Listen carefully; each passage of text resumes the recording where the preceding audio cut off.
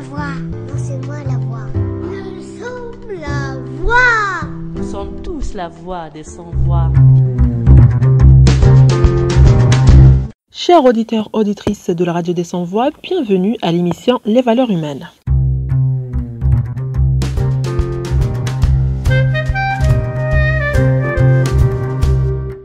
L'exploitation du gaz de schiste est nécessaire. Cette phrase, prononcée par le président Abdelmadjid Tebboune mercredi dernier, à l'occasion de sa première rencontre périodique avec certains représentants de la presse, a relancé le débat sur le gaz de schiste en Algérie. Alors que le peuple algérien secoue le joug de son gouvernement, des manœuvres discrètes se poursuivent autour de la ressource essentielle des hydrocarbures. Les gouvernants veulent lancer l'exploitation du gaz de schiste que la population avait rejeté en 2015 en raison de ses lourdes conséquences écologiques. Pour parler de ce sujet, nous nous sommes entretenus avec M. Farid Amrouche, géologue et enseignant à l'université de Tizi Ouzou. M. Amrouche, la première question que je vais vous poser pour ouvrir notre discussion est: qu'est-ce que le gaz de schiste? Alors, gaz de schiste, c'est quoi le gaz de schiste? C'est vrai. Ça parle beaucoup de gaz de schiste ces dernières années, notamment après l'intervention de Tebboune aux médias, dans sa conférence de presse. Alors, d'abord, le terme gaz de schiste est faux. C'est une traduction littéraire donc de l'anglais au français de shoal gas. Donc ils ont traduit littéralement, ça a donné gaz de schiste. Schiste, c'est une roche métamorphique. Elle ne contient pas d'hydrocarbures. On devrait dire gaz et pétrole de roche-mer. Alors pourquoi pétrole et gaz de roche-mer? Parce que les hydrocarbures fossiles se forment dans ce qu'on appelle une roche-mère. Généralement, c'est des argiles. Une fois qu'elles sont formées, elles deviennent du pétrole liquide ou du gaz à l'état gazeux. Elles quittent la roche-mère. Il y a une bonne partie de cet hydrocarbure qui va quitter la roche-mère par un phénomène qu'on appelle la migration. Donc, ça va aller vers d'autres roches qu'on appelle des roches réservoirs. Par la suite, elles vont rencontrer un obstacle, un piège, et ça va constituer un réservoir d'hydrocarbures. Ce qui reste comme hydrocarbures dans la roche-mère, c'est ce qu'on appelle pétrole et gaz de roche-mère. Voilà. Donc, c'est les restes de ceux qui n'ont pas subi la migration, qui restent collés à la roche-mère, qu'on veut exploiter avec des méthodes non conventionnelles. Voilà un peu c'est quoi, donc, d'une façon assez brève, c'est quoi ce qu'on appelle communément gaz de schiste, ou plutôt gaz de roche-mère. D'accord. Où trouve-t-on le gaz de schiste? Alors, c'est ce qu'on appelle gaz de schiste, où est-ce qu'il se trouve? Oui. D'abord, ça se trouve dans les bassins sédimentaires. L'Algérie, le territoire algérien est à 95% constitué de bassins sédimentaires. 95% du territoire algérien est constitué de bassins sédimentaires. Dans ces bassins sédimentaires, actuellement, le gisement, la cible la plus importante dans laquelle on parle aujourd'hui, qu'on souhaite exploiter, c'est ce qu'on appelle le Silurien. Le Silurien, c'est une période géologique, du primaire, de l'ère primaire. Donc, elle se trouve le Silurien, il existe un peu partout dans les bassins sédimentaires, mais essentiellement dans la partie orientale du Sahara algérien, c'est-à-dire Ain Aminas, Ain Salah, Izi, Hassim Saoud, Hatirmel. Donc c'est la partie orientale de la partie saharienne. C'est là que ces bassins ont produit du pétrole. Ailleurs, dans la province centrale, c'est-à-dire dans la région de Timim, dans la région de Moudi, dans la région de Béchar, dans la région de Tindouf, il n'y a pas eu de production pétrolière. Donc, le potentiel n'est pas aussi important que le prétendent certains soi-disant experts. Bon, il n'y a pas eu d'exploration en réalité. C'est théorique. On dit que dans les bassins sédimentaires, il y a les gaz de roche. La roche-mère existe. Mais cette roche-mère dans les provinces pétrolières de centre et de occidentale n'ont pas produit de pétrole. Il n'y a pas eu de production pétrolière importante pour s'attendre à trouver une roche-mère riche en hydrocarbures non conventionnels, c'est-à-dire ce qu'on appelle entre guillemets gaz de schiste. Donc actuellement, la partie la plus riche en hydrocarbures se trouve dans la partie orientale, c'est-à-dire Berkine, Hassi Rmel, Hassim Saoud, Ain Salah, Voilà, donc c'est parti là. En termes de profondeur, cette ressource, elle se trouve à environ 3 à 4 kilomètres de profondeur. Donc 3 à 4 kilomètres de profondeur. Voilà, sa position donc géographique et en termes de profondeur. D'accord. Et comment on fait pour extraire le gaz de schiste? Très bien, très bonne question. Donc le mode d'exploitation de ces gaz de schiste, ça s'appelle la fracturation hydraulique. Ça consiste en quoi? D'abord, il faut rappeler que l'exploitation du pétrole et du gaz conventionnel, c'est-à-dire ce qu'on a connu jusqu'à présent, ce qu'on a exploité depuis les années 50 jusqu'à aujourd'hui, on fait des forages verticaux. On fait un forage vertical, on arrive dans le réservoir en question, le pétrole il est liquide, le gaz il est à l'état gazeux. Dès qu'on fort, on touche le réservoir, puisque cet hydrocarbure se trouve sous pression. Il se trouve sous pression parce que plus on descend en profondeur, plus la pression monte. Donc, dès qu'on touche le réservoir, l'hydrocarbure va monter tout seul, artésien. Par pluie artésien, ça remonte. D'ailleurs, c'est connu dans les médias, on voit souvent des photos, des vidéos d'un forage qui éclate et le pétrole va jaillir à haute pression. Mais ça, c'est les forages conventionnels. Les forages non conventionnels, c'est-à-dire pour extraire le gaz de roche-mère ou ce qu'on appelle le gaz de schiste, on fait un forage de 3 à 4 kilomètres de profondeur pour atteindre justement le réservoir en question, c'est-à-dire le silurien. Une fois qu'on arrive dans ce réservoir en question, on fait plusieurs forages autour du forage vertical sur une distance d'environ 10 à 15 kilomètres. Donc on fait des forages horizontaux. C'est une technique très difficile. Par la suite, on injecte un liquide, un mélange d'eau. Il faut rappeler que pour un seul forage, il faut de 15 à 20 millions de litres d'eau pour un seul forage. Il faut, pour exploiter tout un gisement, il faut environ 1000 forages. Faites le calcul. 20 millions de litres d'eau pour un seul forage, multiplié par 1000, ça vous donne à peu près un chiffre astronomique d'eau. Donc il y a un besoin d'eau incroyable et extraordinaire. Une fois qu'on a fait les forages donc horizontaux, on injecte de l'eau à très haute pression, mélangée à du sable, un sable spécial pour permettre aux fissures qu'on va créer de ne pas se refermer. On injecte également des produits chimiques. Pourquoi des produits chimiques? Parce que l'hydrocarbure, c'est une matière grasse, c'est du gras, c'est de l'huile. C'est une substance grasse, elle est collée à la roche. Imaginez quand vous renversez de l'huile sur la table. Vous l'essuyez avec un chiffon sec, ça ne s'enlève pas complètement. Vous touchez, vous allez trouver qu'il en reste encore un peu de matière grasse. Qu'est-ce que vous allez faire? Vous allez verser un détergent dessus, vous allez nettoyer. Le principe, c'est le même. C'est-à-dire, on injecte des détergents, entre guillemets, et ces détergents, il y a à peu près environ 500 produits chimiques qu'on injecte.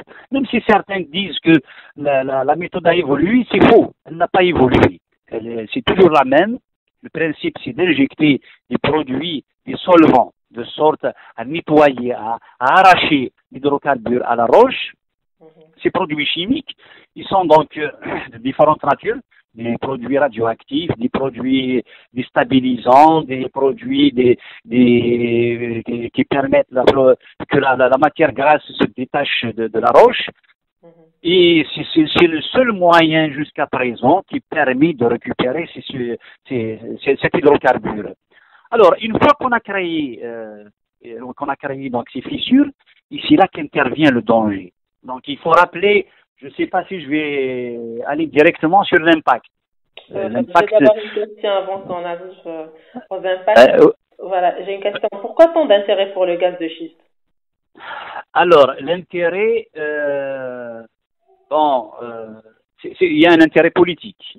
D'accord. C'est plutôt qu'économique. C'est un intérêt politique. L'Algérie, elle doit faire ses choix. Des choix en fonction de ses intérêts. Il ne faut pas que le choix par rapport au gaz de schiste soit dicté par les intérêts d'autres puissances étrangères. Voilà un peu donc pourquoi on veut exploiter les gaz de schiste. Parce que l'Algérie, c'est un pays qui, dans les ressources, sont basées exclusivement sur les hydrocarbures, l'exportation d'hydrocarbures.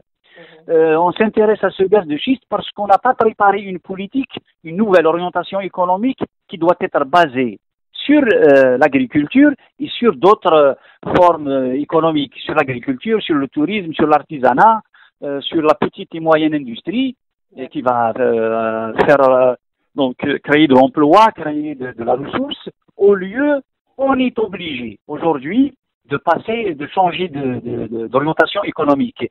On a depuis 1962 à aujourd'hui, notre économie est basée exclusivement sur les hydrocarbures, l'exportation des hydrocarbures. Voilà un peu ce qui peut-être motive les décideurs pour continuer à exploiter ces gaz de schiste. D'accord. Et quel est son impact sur l'environnement?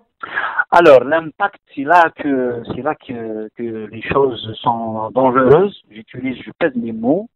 Alors, il y a plusieurs impacts. Le premier impact, c'est celui qui consiste à affecter, à polluer, à contaminer les aquifères. Je parle au pluriel, les aquifères, parce que dans la presse, dans les médias, sur l'Internet, on parle de la nappe phréatique au singulier.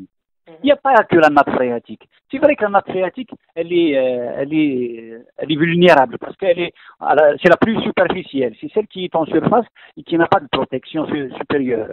Il y a la nappe phréatique. Il y a ce qu'on appelle dans le langage géologique le SAS, S-A-2-S, système aquifère du Sahara septentrional. Ce SAS, il est constitué de trois grands aquifères. Il y a d'abord l'aquifère paléozoïque, qui est cambrien, ordovicien, dévonien et carbonifère, ça c'est le paléozoïque. Il y a l'aquifère mésozoïque, c'est ce qu'on appelle communément la nappe albienne. Justement, cette nappe albienne, c'est le plus grand réservoir d'eau souterraine dans le monde. Je répète, l'aquifère qu'on appelle l'albien, ou qu'on appelle en termes scientifiques, le continental intercalaire, c'est le plus grand réservoir d'eau dans le monde, et sachant que les guerres actuellement, elles se font à cause de l'eau. En plus de l'albien, il y a ce qu'on appelle le complexe terminal, c'est un autre réservoir. Donc, il y a un ensemble d'aquifères. Ici, les aquifères, on va les traverser, puisqu'on va aller à une profondeur de 3 à 4 kilomètres. Donc, la plupart de ces aquifères, on va les traverser par des forages. Et on est obligé de faire plusieurs forages pour exploiter un gisement. Un seul forage, il se tarit rapidement. La première année, c'est fini. Une année de fonctionnement, le forage est terminé. Donc, on était obligé de se déplacer. Chaque 20 km, on doit faire un forage. Donc, une matrice de 20, chaque 20 km, on fait un forage. Donc, ça fait à peu près, pour un champ pétrolier comme ça, 1000 forages. Donc, avec la fracturation qu'on va créer et qui va générer des secousses sismiques dans la région en question, des fissures qui sont déjà naturelles, qui existent, qui vont être réactivées. Les produits chimiques qu'on a injectés dans le cellulien, ils vont s'infiltrer, ils vont circuler dans le milieu naturel. Il n'y a pas d'obstacle. Dans la nature, il n'y a pas d'obstacle. Donc, ce qui a permis la migration du pétrole pour aller dans des réservoirs va permettre au liquide qu'on va injecter de se promener dans le sous-sol. Il va obligatoirement atteindre notamment tous les réservoirs que je viens de citer, mais surtout le réservoir albien. On va le contaminer et quand on injecte un produit chimique dans un liquide, il se propage. Il ne va pas concerner uniquement le lieu où on a fait le forage. Quand on injecte un produit chimique dans un liquide, il se propage, il se disperse.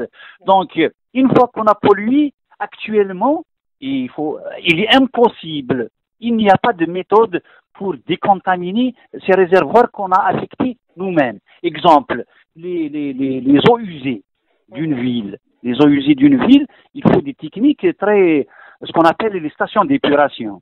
Les stations d'épuration, actuellement en Algérie, on ne les maîtrise pas. La gestion des déchets ménagers. Je ne parle pas de déchets industriels. La gestion des déchets ménagers, on ne les maîtrise pas. Alors là, on va aller polluer, empoisonner un réservoir, plusieurs réservoirs. Il n'y a aucune garantie. Il n'y a aucune garantie. C'est impossible. que si on contamine ces réservoirs, c'est impossible de les contaminer. Oui. Ça, c'est sur le plan contamination des réservoirs, des aquifères. Il y a d'autres impacts. Il y a un impact sur le milieu de vie, notamment des nomades. Les nomades, ils ont un mode de vie nomade. Donc leur mode de vie dépend des sources d'eau, des sources des puits. Quand ils voyagent, ils se déplacent en fonction de la disponibilité de l'eau. Et si on empoisonne cette eau, on va les tuer, on va tuer ces nomades. C'est un acte criminel. Des gens qui sont obligés de se déplacer avec leur troupeau, avec leur famille. Un autre aspect, c'est la rentabilité. Je ne sais pas si vous avez prévu de parler de ça. Voilà, si vous m'excusez, voilà, ma question, ça sera quel est son impact sur l'économie? À l'économie, non, ça va rien changer. D'abord parce que la rentabilité de cette énergie, c'est pas très rentable. C'est pas du tout rentable. D'abord, pourquoi? Nous sommes dans une période à l'échelle mondiale, nous sommes dans ce qu'on appelle la transition énergétique. Le monde entier est dans la transition énergétique. Qu'est-ce que ça veut dire, transition énergétique? Ça veut dire on va passer des hydrocarbures fossiles à des hydrocarbures renouvelables, durables. Le monde entier, il est en train de passer vers cette économie durable. Exemple, l'Allemagne. L'Allemagne et le Japon, ils ont commencé déjà, il y a quelques années, à commercialiser des voitures électriques. Ils ont commencé par des voitures hybrides qui peuvent utiliser deux formes d'énergie, électrique et carburant. Aujourd'hui, ils vendent des voitures exclusivement électriques. L'Allemagne et le Japon, ils sont en train de vendre des voitures exclusivement électriques. Ça veut dire, dans quelques années, même pas peut-être une dizaine d'années au maximum, toutes les voitures vont rouler à l'électrique. Donc, ce qu'on va produire comme hydrocarbures gaz de schiste, on ne trouvera pas d'acheteurs. Oui. Et puis, le prix de revient, il est très cher. Le prix de revient, il est très cher.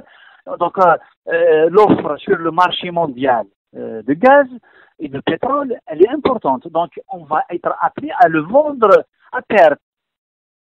On va détruire un aquifère, une ressource hydrique durable qui peut être investie, exploitée pour l'agriculture. On va la détruire pour quelques sous qu'on va récupérer, qu'on va pouvoir peut-être, c'est parce que c'est hypothéqué, peut-être récupérer dans la vente de ce gaz. Donc sur le plan économique, il n'y aura pas d'impact. D'accord. Le président Tebboune, lors de sa rencontre avec les quelques représentants de la presse, avait déclaré que l'exploitation de gaz de schiste est nécessaire. Que pensez-vous de cette phrase?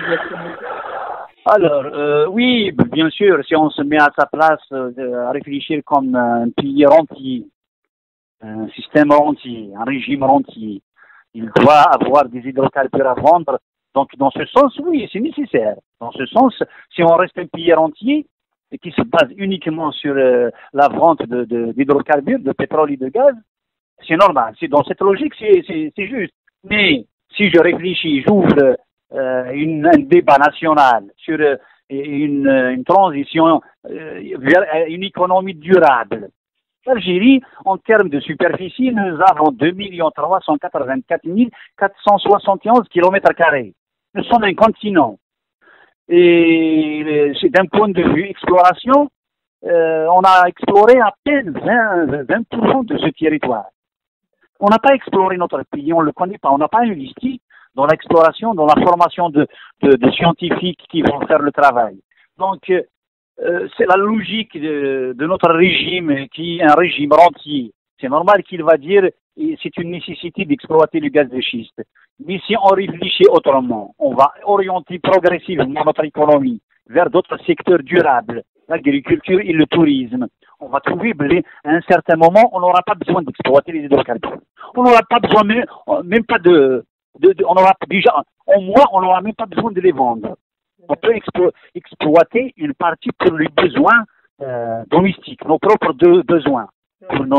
Il y a certains besoins parce qu'on doit développer l'autre forme d'énergie, celle-ci qui consiste à aller vers des énergies propres, des énergies renouvelables, le solaire, l'éolien, la géothermie, les biocarburants. Tous les pays du monde, ils sont dans cette logique. Et nous, en tant que pays sous-développé. On n'est pas un pays développé comme les Américains ou comme d'autres pays comme le Canada et la France. Ils ont fait un moratoire contre les gaz de schiste. À cause des conséquences que cette exploitation, cette forme d'exploitation. Bon, on ne va pas dire qu'il ne faut jamais exploiter les gaz de schiste. Il faut dire que tant que la méthode d'exploitation n'a pas changé, ne protège pas l'environnement, ne protège pas les aquifères, il ne faut pas exploiter. Et la science évolue. La science évolue. Dans quelques années, les méthodes vont peut-être s'améliorer et on aura peut-être la possibilité ou l'opportunité d'exploiter ce gaz. Voilà, donc c'est nécessaire pour notre pays? Non, ce n'est pas une nécessité. La nécessité aujourd'hui, c'est de changer l'orientation économique. On doit s'adapter à la situation mondiale. Le monde est dans la transition énergétique. Le monde est dans l'économie durable. Le monde il est dans les énergies renouvelables. Le monde il est dans les énergies propres. On doit s'adapter à ça et non pas continuer à détruire notre pays. D'accord. Et d'après vous, on va évoluer la question de l'exploitation de ce gaz? Alors bon, la question des gaz de schiste en Algérie, d'abord, il faut tenir compte de la fronde sociale. Le peuple ne veut pas de ce gaz de schiste.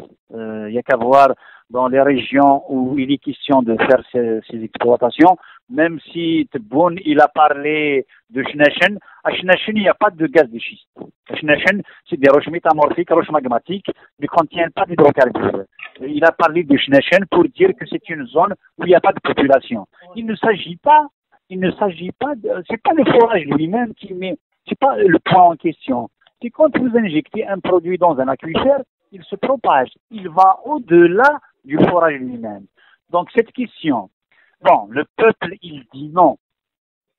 Les experts disent non, y compris le ministre de l'enseignement supérieur qui est actuellement dans le gouvernement Tebboune, y compris Farhat Itali, qui est économiste et qui est ministre dans le gouvernement Tebboune. Ils ont dit non au gaz de schiste. Sur le plan économique, c'est pas rentable. Sur le plan environnemental, c'est catastrophique. Sur le plan rentabilité, c'est pas rentable. Donc déjà dans son gouvernement, il y a deux experts qui se sont déjà exprimés et les vidéos existent. Donc normalement, si on tient compte de l'opinion nationale, il va arrêter ce projet. Ou du moins, il doit lancer un débat national. Toute ressource, contrairement aux États-Unis, où quand vous avez une ressource dans votre jardin, elle vous appartient. En Algérie, toute la ressource qu'il y a dans le sous-sol algérien appartient au peuple algérien. Donc le peuple, il a le droit à la parole, à décider. Il faut l'éclairer, il faut lui ramener des gens, même s'il y a des contradictions entre les scientifiques. Peut-être qu'il y en a qui peuvent encourager. J'en connais des géologues qui disent que c'est pas un problème, on doit exploiter. On se rappelle tous de la fameuse phrase de Sellel lorsqu'il a dit les produits chimiques qu'on utilise pour l'exploitation des gaz de schiste, c'est les mêmes produits chimiques qu'il y a dans les couches bébés. Oui. C'est vraiment quelque chose qui sort de l'ordinaire. Quelqu'un qui prononce une phrase pareille, bon, on n'est pas loin de ça, le discours de Tebboune, pour dire qu'il n'y a pas changement. Voilà. Merci Monsieur Amrouche pour les explications et le temps que vous nous avez accordé. Je vous remercie également, ça fait plaisir. Et merci aussi à tous nos auditeurs auditrices de nous avoir écoutés. Je vous dis à bientôt pour un autre numéro.